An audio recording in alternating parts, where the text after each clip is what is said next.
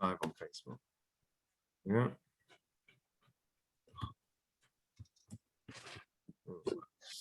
Don't know what that is.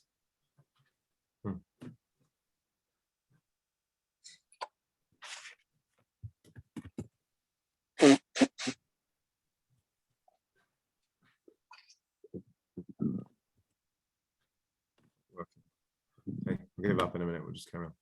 That's a shame. Oh, here we go. Okay, right. Okay.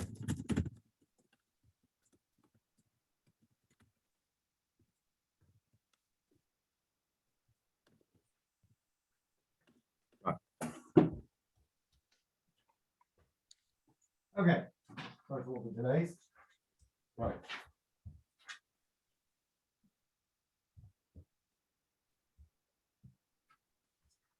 All right. Today we're going to talk about anger management. Striking rocks, things like that.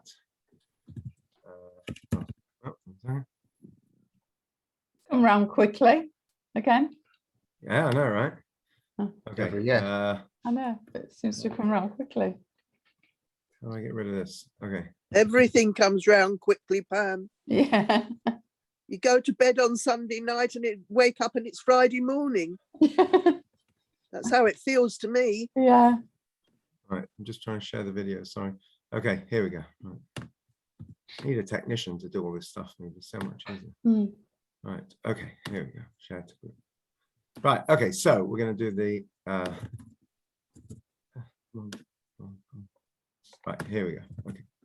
Right, Iris, over to you. Okay, a minute.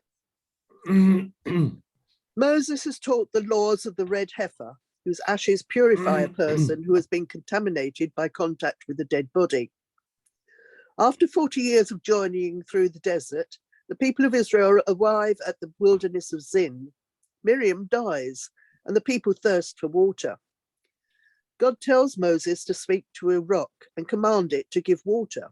Moses gets angry at the rebellious Israelites and strikes the stone.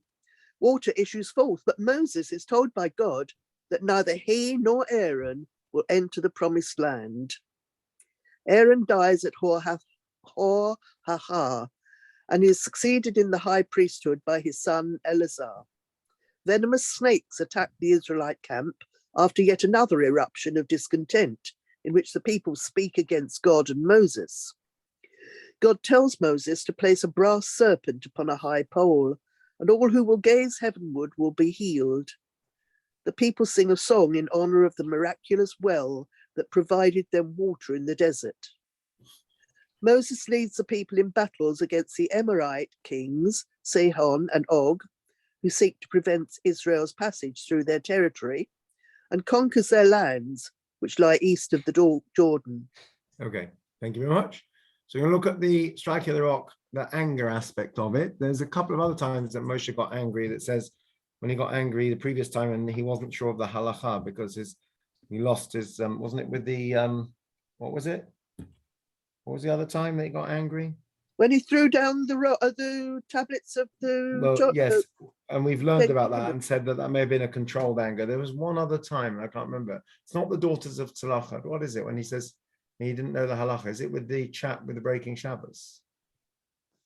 He said he didn't know what to do with him. I think Rashi says he was angry and therefore he lost his judgment. I think maybe it's there. Anyway, so we're going to talk about this business of anger. Now, this is the Talmud in Avodah Zarah, 17a. Not sure who can see and who can't. Lisa and Beryl, can you not see? Do you have video? Can't see, but I can hear. Okay. I can't see, but I can hear. I'm No, very good fine. at listening. Okay, so the rest of us will read out. Okay, so Pam or Julian, would you like to read number one? Yeah. There is one who acquires his share in the world to come only after many years of toil. And there is one who acquires his share in the world to come in one moment. Right, so now there's another side to this, which I couldn't find the source of, which it says you can also lose your, not so much your share in the world to come, but you can lose your entire world in a moment, right? You can, your whole legacy, right? In Moshe's case, the striking of the rock basically is a momentary event that basically leads to a lot of trouble, right? So sometimes a fleeting incident can have far-reaching implications. Now, we're going to talk about anger shortly. It's a very bewildering episode, this, right? The other times, you just gave an example, Iris, is the break of the tablets, right? We've learned before about the context of the break of the tablets, right? One explanation that Moshe did it as a favor to the people to release them from any obligation. So, but the point is, certainly it was a measured response to a justifiably, or even maybe it may have been an irrational response to an event that you could understand why Moshe was triggered by that event, right? What's happening here? What's the problem, right? The people are thirsty. They've asked for water. They're not asking to go back to Egypt. They're not worshipping a golden calf. They've just asked for water. Is that such an unreasonable thing? Right. Who just read number one? Pam, I think. Julian, would you like to read number two? Yeah. Was the other occasion, by the way, another issue to do with water, where he was asked to speak to the rock? I think it may have been. And instead of which he hit it. Anyway. No, but that time he was actually told to hit the rock. This is the whole peculiar part. We'll come back to that. Okay. He and Aaron gathered the assembly together in front of the rock, and Moses said to them, "Listen, you rebels, must we bring you water out of this rock?" Then Moses raised his arm and struck the rock twice with his staff. Water gushed out, and the community and their livestock drank. But the Lord said to Moses and Aaron, "Because you did not trust in me enough to honor me as holy in the sight of the Israelites, you will not bring this community into the land I give them." Right. So the first thought you might have is like, goodness gracious me, is this what the reward you get for being a righteous person? Right. And the Talmud has this very discussion. Let's see. It's quite a long piece of Talmud, but it's interesting. Menachot 29b. I'll read for a little bit. Right. So Moshe said to Hashem, "Master of the universe." Oh, I've missed a page of it. Sorry. Right. We missed some of it. Sorry, it's missing a page. That's strange. Right. The beginning is that Moshe says to Hashem, "Why do we have all these little crowns in the Sefer Torah?" You know, Sefer Torah, you have little tags, they're called in Hebrew, tagim, just little crowns and little embellishments on the letters. Right? So the Almighty said, because one day there'll be a great man called Rabbi Akiva who will basically expound every single one of these and learn halachas and laws and concepts from them. So Moshe said to Hashem, "I want to see this man who's so great. Show him to me." Right, here we are. So God said to him, "Return behind you, look behind you." Moshe went, sat at the end of the 8th row. Obviously, time is not a construct if you're the Almighty. So basically, he had this vision. He was in the 8th row in Rabbi Akiva's study hall. He didn't understand what they were saying, right? Maybe they were speaking Aramaic and he didn't know Aramaic.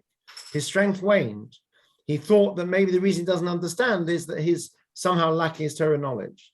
Then Rabbi Akiva got to a certain discussion and his student said to him, "Where do we know this from?" Rabbi Akiva said, "It is a halacha la Moshe min Sinai." It's one of the laws that we have directly from Moshe from Sinai. When Moshe heard this, his mind was at ease. He saw that the part of the Torah, this was all part of his. So in other words, he initially thought, sorry, it wasn't the language. He initially thought that these were concepts that weren't part of the Torah he was going to get, but would only be revealed in the future. But when he saw Rabbi Akiva say, "We learned this from Moshe min Sinai," he realized that basically his Torah is all of the Torah that's going to be learned in the future. Right. Moshe came back and said to the Almighty, "Master of the universe, you have a man as great as this. You still choose to give the Torah through me. Why?" And God said to him, "Be quiet. Silence. This intention arose before me." That's a slightly awkward translation. Basically, Hashem said, "This is my will. I'm God, and when I want something, I get what I want. Don't question my desires." That's it. So then Moshe said, "You show me Rabbi Akiva's Torah, now show me his reward." God said to him, "Return, go back to where you were." Moshe went back. I'm not sure exactly what this means, that go back. He saw that they were weighing Rabbi Akiva's flesh in a butcher's shop. Cool. Right? Because if you recall, he was tortured to death by the Romans. Moshe said to him, this is the crucial line, "Ribbana Shalom, Zeh Torah, Bezeh Secharo." Is this Torah? Is this the reward for, this is the reward for Torah? Shem said, "Be quiet. This is the way I want it to be. This is my intention." So basically, this line, right, when you hear about Moshe, because he struck the rock, he got punished, your first thought might be, is this the reward for Torah? And unfortunately, you can't ask that because God does what he wants. He's God. It's a good question. Moshe himself had that question when he heard that Rabbi Akiva was going to be killed by the Romans. Okay, so I'm tempted to say that. Now, sometimes, there's the view that yes, he didn't make it into the promised land, but it's all part of the way things have to be. And, each generation has its own leader, and he was a leader that took them out of Egypt. They needed another leader to bring them into the promised land. And, it does say that God does say that you embarrassed me with the striking of the rock, but, it's not, it's relative, I guess, there is Rabbi Abrams, I remember, spoke about it, I think when he was first here. And he said that, I always remember this, a very, very good, interesting sermon about how the biggest question is not why Moshe struck the rock. The biggest question is he simply did what he'd been shown to do 40 years earlier. 40 years earlier, God had actually told him to strike the rock.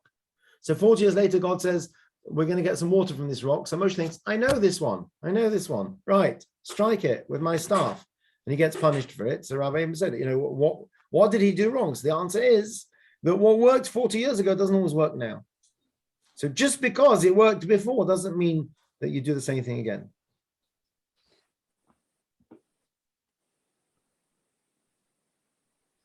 So that's quite a powerful thing. So,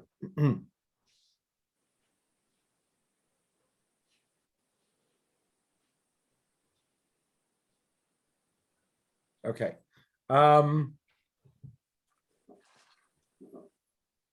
doesn't make it wrong, by the way, right? If somebody's an old-fashioned teacher and they're struggling with modern kids, it doesn't make them a bad person. It just means that, maybe they're a different generation. So maybe even Moshe, in a sense, was a different generation. Now, Maimonides, I haven't got this source because I tried to find it, but it was too challenging because it's very long, and I couldn't sort of summarize it. But Maimonides has something called Shmona Parokim, 8 chapters, which is basically the introduction to the mission of Avos. So he says there that basically the whole idea of ethics, and particularly the Avos, and working on your midos and your characteristics, is basically to do what we call nowadays emotional intelligence, right? They talk about, what they call it, EQ, is it? Emotional quotient. You have IQ, which is your sort of, your intellectual prowess, your brain power, traditional sort of knowledge and reasoning and, logic. And then you have EQ, which is your emotional sort of maturity, which is not the same thing at all. You could say you don't choose your temperament. Some people are more patient, some people are more calm. Interestingly, there was a time emotions were referred to always as passions, which might be related to the word passive, that they're things that just happen, right? They're reactions, we don't have control. But Maimonides, like others, writes that we can control our emotions, particularly destructive ones, and basically rechannel them. Basically, it's strike a balance between too little and too much. For example, too much fear makes a person a coward, but too little fear makes them rash and take unnecessary risks. So you need a middle path. So generally speaking, we find in the writings of Maimonides that he says, when it comes to character traits, it's always good to have the middle path. That's the general sort of line that he takes, right? The middle of the road. He says it's always good to find the balance. There are interestingly 2 exceptions. What are the 2 exceptions? You know what 2 exceptions might be? Think sort of, I know it's not a Jewish idea, but deadly sins.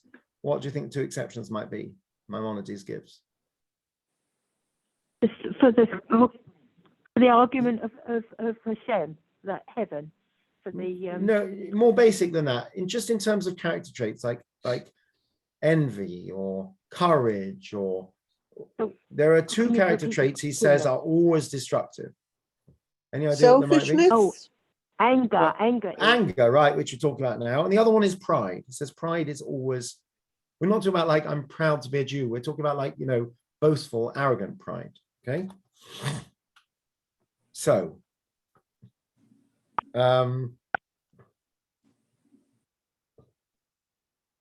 Moshe's problem is he got angry with them, right? They're asking for water, and he says, "Listen, you rebels, what, you want me to bring water out of this rock? Calm down. What are you getting angry for? They're just thirsty. They're not sinning. They're not sinning. Now, there's other times he lost his temper, the break of the tablets, but there was a sin there, right? We learned that possibly that was a very measured response. Here, there's no sin. They're thirsty. They want water. God's not angry with them. Moshe gets frustrated with them. So the Rambam says it's fundamentally wrong. He shouldn't have had that reaction. We are all prone to anger. We all get frustrated, right? Particularly when it comes to food and drink, the people constantly whining. You can understand his frustration. But ultimately, he's the leader. And that's why he's punished excessively, not excessively, heavily for this. Also, by losing his temper, he doesn't respect the people, could demoralize them. They know that he's God's emissary. They might assume that God's angry with them. Right? All they did was ask for water. So the commentaries say that when God says you failed to sanctify my name by striking the rock, because one of the reasons is that from this, the people assume that God's angry and he's not. So anger is a very bad thing. Anger is bad news. Seems the rabbis would have approved of anger management. They didn't like anger. And we'll see some things they said about anger. I know we've spoken about this before, where it says whoever gets angry, it's like idolatry. And we gave some possible rationales for that. But, it's impossible not to have a momentary, reaction to something, but it's what you then do with that. But nonetheless,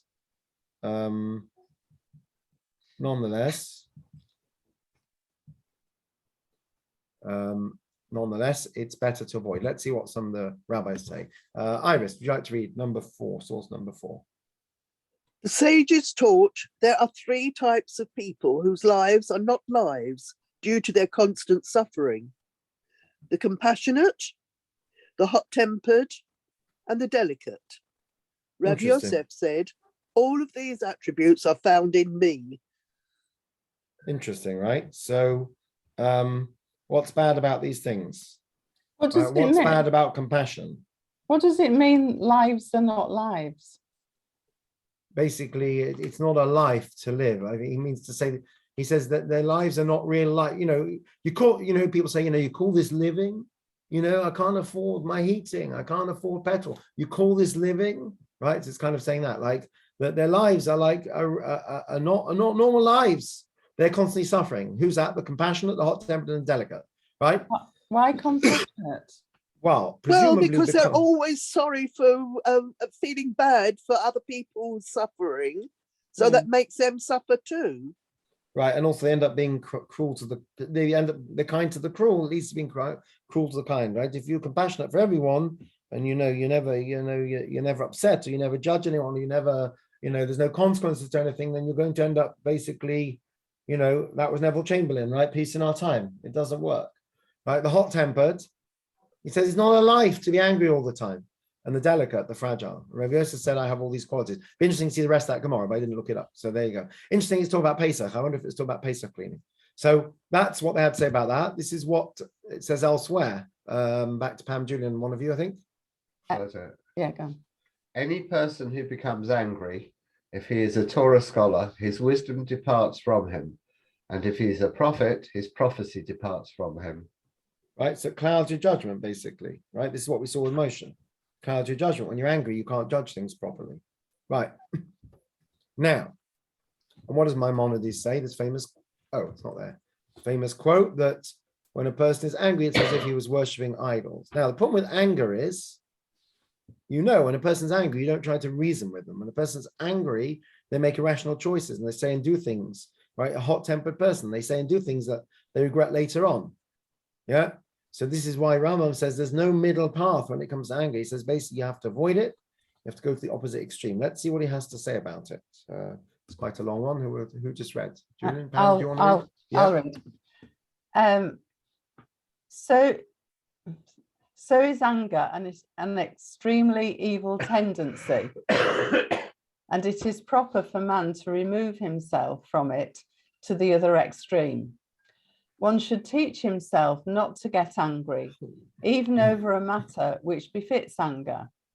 If one desires to engender awe in his children and his household, or in the public, if he be at the head of a community, even if he desire to get angry at them, so as to bring them back to the good way, he should only act angry in their presence, so as to reprove them. But his disposition must remain calm within himself, even as a man imitates, who is angry when the time calls forth anger, but in reality he is not angry. The sages of yore said, he who yields to anger is as if he worshipped idolatry. Ignore the one there. Okay. They also said, whosoever yields to anger, if he be a wise man, his wisdom leaves him. And if he be a prophet, his prophecy leaves him. Is what we just said, right? So he Yeah. says anger should only be a measured response where it's basically, you know, a sort of a show. Like we said, possibly most of the tablets was contrived, right? Or a parent that gets angry with a child, but then a moment happens later. when you I'm sorry. Yeah. No, I was going to say that happens when you sort of you know, maybe have young children and you cross with them about something. If you're really angry, well, it doesn't help anybody, but sometimes you have to put on a bit of an act that you're Right. You know, you're Right. Just to upset, cross chastise about them, something. basically. Yeah. But you're Yeah. not really deeply angry inside. Yeah. Yeah, absolutely. So yeah, you're putting it's control, basically. That would be Yeah. anger management, I suppose. So here it says the life of an irritable person. There's no life, right? A person who gets irritated all the time, it's not good. The Orchat Tzadikim notes, he says very simply, anger destroys personal relationships, right? We all know that, what causes breakages. Often people get annoyed about things and upset about things, and, you know, they forget compassion and empathy and forgiveness and sensitivity, and they just become very unpleasant people, they end up lonely. It also says that bad-tempered people achieve nothing except for their bad temper. It's a quote from the Gemara. Oh, here we go. Yeah. Oh, no, that's, Is it me again? No, sorry, 1 second. Number 8. Oh, well, that was from a previous share. Totally relevant. Sorry. I forgot to cut and paste it. Ignore that. Right. Says that basically what it says there is that bad-tempered person, their only achievement in life is their bad temper, right? Basically push everything else away, right? Does anyone know who the classic model of someone with extreme patience was? It was Hillel. I'll tell you a story. It's a long story from the Gemara and Shabbos. The sages taught in a brisa, a person should always be patient like Hillel and not impatient like Shammai. Now, you might remember Hillel and Shammai, right? When the convert came to Shammai, he basically said, stop wasting my time. When he came to Hillel, he basically accepted him with love on 1 foot, right? Yes? So, let's see. The Gemara says, there was an incident with 2 people who had a bet, right? And they said, whoever can go and aggravate Hillel to the point that he reprimands him will get 400 zuz. Now, I don't know what 400 zuz is worth, but you could buy a young goat for 2 zuz in Chad Gadya. So I guess 400 zuz is quite a lot of money. Yeah. Now, so one said, I will go aggravate him. So that day they chose to bother Hillel was Erev Shabbos. Hillel was washing his hair. He passed the entrance to Hillel's house, and in a demeaning manner he said, who here is Hillel? Who is Hillel? Hillel wrapped himself in a suitable, dignified garment, and he went out to greet him. He said, my son, what do you seek? So the chap said to him, I have a question to ask. Hillel said, ask, my son, ask. The man said, why are the heads of Babylonians oval? He was alluding to and trying to insult Hillel, who was a Babylonian. He said, my son, you have asked a significant question. The reason is because they do not have clever midwives. They don't know how to shape a child's head at birth. The man went and waited an hour, a short while, returned to look for Hillel and said, who here is Hillel? Who's Hillel? Hillel wrapped himself and went out to greet him. I guess he was still washing his hair. Hillel said to him, my son, what do you seek? He said, I have a question. He said, go on, ask your question. He said, why are the eyes of the residents of Tadmor bleary? Hillel said to him, my son, you've asked a very good question. The reason is they live among the sounds and sound gets into their eyes. That might be true, by the way. I don't know about the oval heads, but anyway. Once again, the man went, waited an hour and returned. He said, who here is Hillel? Remember, it's Erev Shabbos as well, right? Who is Hillel? Again, he wrapped himself. I think wrapped himself means he put his coat on or whatever and went out to greet him. He said, my son, what do you seek? He said, I have a question. Ask away. He said, why do Africans, we couldn't say this nowadays, why do Africans have wide feet? Hillel said to him, you've asked a very good question. The reason is they live in marshlands and their feet widen to enable them to walk through those swampy areas. There's evolution. That's interesting. The man said, I have many more questions to ask, but I'm afraid that you will get angry. Hillel wrapped himself and sat before me. He said, all the questions you have to ask them. Then the man got angry. And he said to him, are you Hillel, who they call the Nasi, the Prince of Israel? He said, yes. He said, if it is you, then may there be not be anyone like you in Israel. Hillel said, my son, why are you so upset? What reason do you say this? He said, because I've just lost 400 zuz because of you. Right? So Hillel said to him, I guess he figured out what was going on. Be vigilant of your spirit and avoid situations like this, because Hillel is worthy of causing you to lose 400 zuz. And you know what? You lose another 400 zuz. You can bet again. You can double or quit, because Hillel will not get upset with you. So the sages said, this is an example of extreme patience. Right? Most of us wouldn't have that patience. Right? You have a nudnik asking you nourish questions. You eventually, you eventually, explode. By the way, who do we follow in most disputes when you have Hillel and Shammai?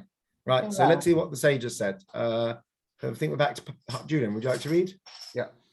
Why were Beit Hillel privileged to have the halacha established in accordance with their opinion?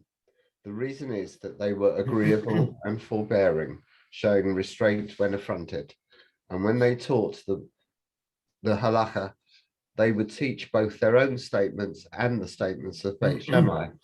Moreover, when they formulated their teachings and cited a dispute, they prioritized the statements of Beit Shammai to their own statements in deference to Beit Shammai. Right. So the suggestion is the reason that we often follow Hillel is because of his great patience and restraint, and also that when he would teach, he would not only teach his own view, he would teach Beit Shammai, he would even put them first. So his humility is what merited him that we follow him in quite a lot of rulings. So how do you defeat anger? You have to try to, with patience. Pause, you stop, you count to 10, you breathe deeply. Right, you if necessary, you shift your paradigm, you go somewhere else, go for a walk, right? Go talk to the wall or somebody that, right, your spouse maybe. Don't shout at them, but vent, let it out in a way that doesn't have consequences. They said that one of the Hasidic Rebbes, that when he felt angry, he would take out the code of Jewish law to look up whether anger was allowed in those circumstances. I don't know where it discusses anger in the Shulchan Aruch, but basically by the time he'd looked it up, his anger would have dissipated, right? To say, I'll go see what the Talmud has to say about anger. I'm feeling jealous, right? Before I vent my feelings, I'll go see what the Torah has to say about it, right? That's a very, logical, right? Learning-based approach. Yeah, Gabby, you want to come learn with us? Come sit with me. That's a very logical approach, right? It's a very high level approach to be able to say, well, really, I'm feeling very angry, but I'm going to pause for a moment and ask myself, is my anger justified? I'll go look up what the Torah says, and chances are the Torah is going to say, don't get angry. There we go. Sorry, 1 second. Okay. Hello.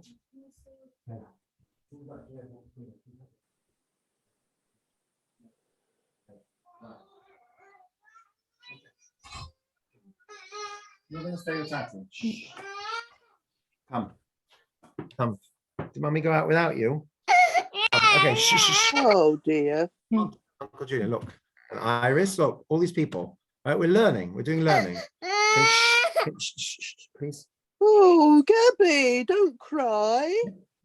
Who can you see? Who's that? Who's that? Okay, we've got one.